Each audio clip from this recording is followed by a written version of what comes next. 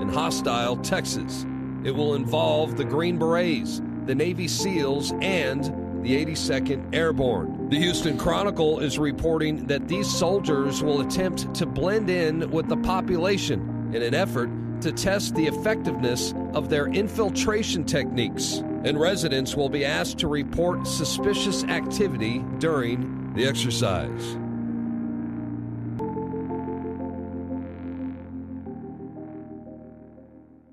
This is very, very dangerous. This is how the Stasi got started, the secret police. And this is their game plan. They are going to set up undercover military cells in plain clothes to blend in with the civilian population. You're not going to recognize who they are because they're going to look like you. They're going to look like me. Might even have a beer with them. Now, this is directly involving unwitting members of the civilian population. 17 different cities here in Texas will see an Army presence during the exercise. And don't forget that they said that Texas, Utah, and even portions of Southern California were hostile territories. And the U.S. Army has failed to acknowledge or failed to address why we're being called hostile. But the exercise moves on, and it will take place this summer on the streets of America. JADE HELM troops to operate undetected amongst civilian population. And, of course, the military people and the vets are not buying any of it. They're not stupid. You can read about how it's to get the hearts and minds and how to get the public used to working and the local police working with the military. I mean, everybody who's been in the military knows about the secret EOD program going on for 18 years. Their whole ordnance disposal, quote, the Army's going to show up to defuse a bomb. But then you get the internal agreements. It's for everything from warrant service to checkpoints with military personnel in nondescript blue jumpsuits, just like the Army Ranger called in and said they were wearing EPA blue jumpsuits. It's always blue or tan jumpsuits. And it might say EPA, it might say police, it might say Park Service. Training with the police, training with locals in plain clothes, quote, doing suspicious activities, is to train the police to work with the military in covert operations and to condition the military to accept it and to condition the public to accept it. And then when we cover it and talk about it, they practice the PSYOP in real time, putting out disinformation. I can see the script from Army Times to military.com to Stars and Stripes to Bloomberg to Daily Beast to Vice to the Houston Chronicle, and no exaggeration today. You go search JADE HELM. There are now hundreds of articles, and in almost all of them, yours truly is being demonized. Jones, who's warned of an imminent takeover for decades, keeps claiming it's going to happen, but of course it never does. No, it never does. Checkpoints, TSA, open spying, highway dividers being put up nationwide, open manuals that the number one enemy's veterans and gun owners and Christians. I mean, come on. This is the PSYOP. That's right. One big PSYOP, and I wanted to get Joe Biggs' take on all this. We got the Navy SEALs, the Green Berets, 82nd Airborne, all operating undercover within the civilian population. Why should we be concerned about that? Well, the biggest concern is the fact that, like we've said, it is a PSYOP. It is a mission to help condition people to seeing the ground troops. But one of the scary things about it is, in Texas, a lot of people are going to be armed. Regardless of the fact if we hadn't spoken about this might not be as big as it is. We probably helped save lives by doing this, because just imagine being at home and hearing helicopters flying overhead and rounds being shot off, doors being kicked in. People are going to grab their guns and do the normal. And they're already warning people that that's what they could expect. Yeah. They're going to say they're going to hear loud noises. They're going to see suspicious activity. They're asking civilians to report suspicious activity. And we're taking a lot of heat for this, just for reporting all this. You in particular, they're really attacking you, the Stars and Stripes, mainstream media, the U.S. Army, just for reporting on this. I want to read to you a little bit what the Houston Chronicle said. They characterize our response to this drill as an example of ultra right-wing fears of a government takeover in the Lone Star State. They say that we are completely overreacting to all this. What do you say to that?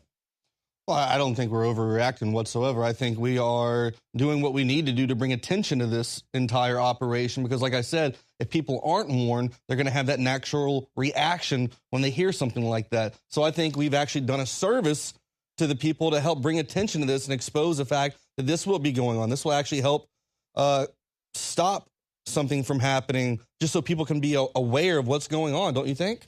Well, exactly. And what about how they say that these exercises were meant for overseas operations? That's one thing that I think is the biggest load of crap in the whole thing, because we've seen time and time again all these different urban warfare training centers popping up. AP Hill, the one up in North Carolina, the Marine Corps uses, churches, soccer fields, all this stuff. I mean, it's a load of BS.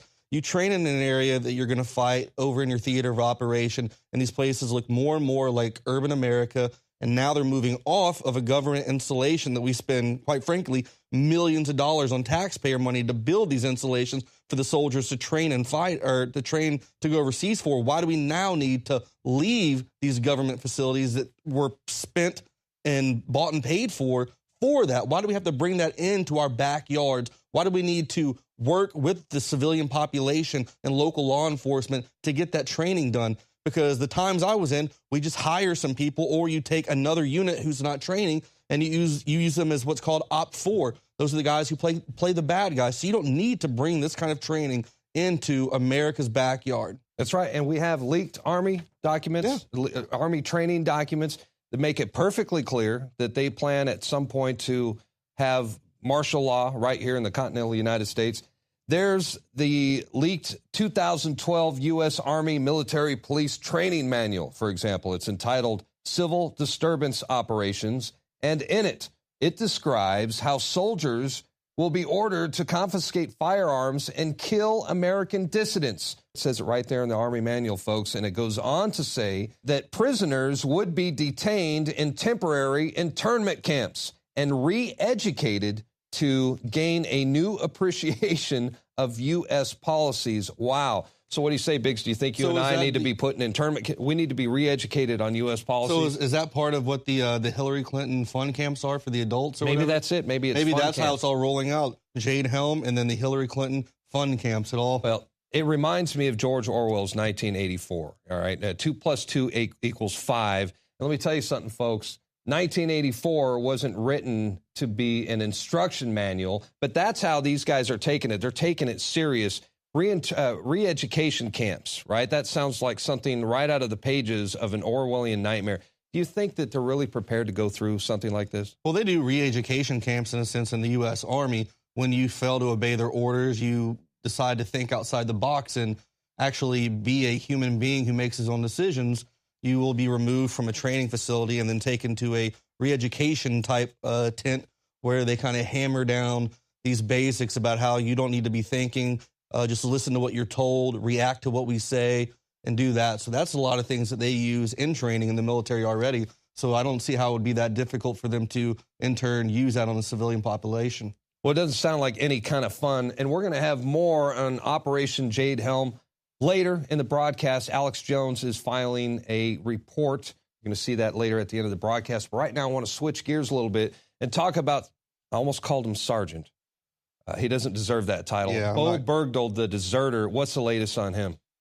Well, yesterday we found out that he will be given the charge of desertion and misbehaving before the enemy. Now, what these two charges mean, if he gets charged with it at a court-martial level, is that he could spend to the rest of his life in prison on these charges alone. Now, a lot of people on social media are going around calling for a death penalty, things like that. Now, that can only happen if we have declared war, which we didn't. This is more like a police action, like in Vietnam. So that can't happen. But what can happen is if they find out without a shadow of a doubt that soldiers, the 6 soldiers that did die, that they say right now died looking for him, if they can prove without a shadow of doubt that a soldier died on a mission actually looking for Bo Bergdahl, then he could possibly be given the death penalty at that point in time. But the big thing is the cover-up behind the Obama administration, the lies to get this man and essentially Well, that's what I want to hear him. about. I want to hear about the prisoner swap. What's up with the prisoners? Where are they right now? Are they a threat? What's the deal? All right, so what we're going to do is we're actually going to take a look at that video right now, which is going to dismantle the Obama administration's lies about essentially what happened with this entire Bo Bergdahl swap. Joe Biggs here with Infowars.com. Now, we now know that Bo Bergdahl has been charged with desertion and misbehaving before the enemy. Now, if convicted at a court-martial, Bo could serve up to life in prison. Now, a lot of people are saying that Bo should get the death penalty for this desertion charge, but for something like that to happen, we would have to have been in a declared war with Afghanistan, which we are not. Now, there is a possibility that Bo could get the death penalty if he is deemed responsible for the loss of life in one of the 6 soldiers who died while supposedly looking for Bo Bergdahl for a long period of time. So until that is proven without, beyond a shadow of a doubt, then that won't happen. But if something like that does get proven, and there is proof that a soldier did lose his life while on a mission that was specifically looking for Bo Bergdahl, then he could possibly face a death penalty. He was looking for someone who spoke English so he could talk to the Taliban. And when we heard that, it told us, okay, he's actively seeking out the Taliban. Over the next couple months, all the attacks definitely were far more directed. Following his disappearance, IEDs started going off directly under the trucks. They were getting perfect hits every time. Their ambushes were very calculated, very methodical, like they knew what we were going to do. Now, the big question, though, is should President Obama be blamed for this? And the answer, quite frankly, is yes. He should be blamed for this. Why did they make the soldiers in Bergdahl's unit sign these non-disclosure agreements if he was a hero, if there was nothing to hide about this? This is another Obama deception. You and lots of other soldiers signed a non-disclosure agreement with the military. I've really never heard of anything like this happening on such a widespread scale for regular Joes as opposed to special forces. Are you worried now that the military is going to try to punish you for talking? I mean, it's certainly a possibility, but I don't think that I could have continued to go on without being able to share with you and, the people the true things that happen in this situation. Because if you guys aren't made aware of it, it'll just go on. He'll be a hero, and nobody's going to be able to know the truth. I mean, you mean to tell me that this entire time while they were making this trade with 5 top Taliban insurgents for Bo Bergdahl, that the president didn't have any ounce of a clue about Bo's past and his mishaps in his unit, the times that he's tried to leave, the things that he said? We heard from our interpreter that the American that was walking around in the Afghan village looking for somebody that spoke English and water also wanted to seek out the Taliban. Because I find that very hard to believe, seeing that in June of 2012, Michael Hastings had come to that exact same conclusion, that Bo was acting that way, that he was a very young, confused man. In his Rolling Stone article, America's Last Prisoner of War. I think this is the most significant and undercovered story about the war in Afghanistan from an American perspective. It's a story about the only prisoner of war. Under normal circumstances, he would be a cause célèbre everywhere. But because of the nature of why he left and how he got captured, he's been sort of buried. The Pentagon has intentionally sort of buried his case for a variety of reasons. I just think it's a little shady that the president is going to act like he didn't know that, and he made these decisions based off the fact that he was just trying to bring another hero home. Now, the president bypassed Congress because he knew they knew about Bo. That's why he snuck past Congress. Then he used the "Leave No Man Behind" slogan. Because the United States of America does not ever leave our men and women in uniform behind. Essentially to make Congress look bad because, hey, this guy's a hero. We need to bring him home. It's okay if we trade these 5 top Taliban leaders for him. Congress, you guys are, a bunch of a-holes for not supporting this. Sergeant Bergdahl wasn't simply a hostage. He was an American prisoner of war, captured on the battlefield. He served the United States with honor and distinction. The reason Congress didn't want to support it is because they knew all they had to do was read the Rolling Stone article. All they had to do was look at his past and find out that he was the kind of guy who would do something like this.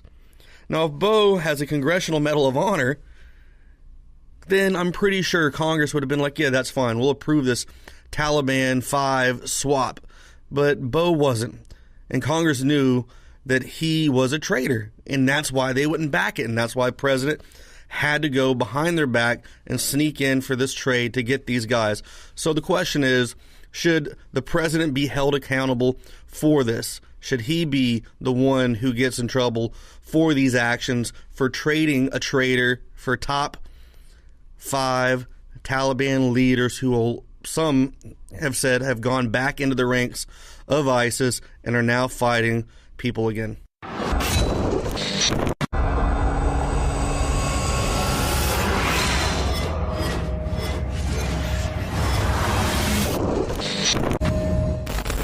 InfoWars Life and InfoWarsLife.com is extremely excited to announce our latest release.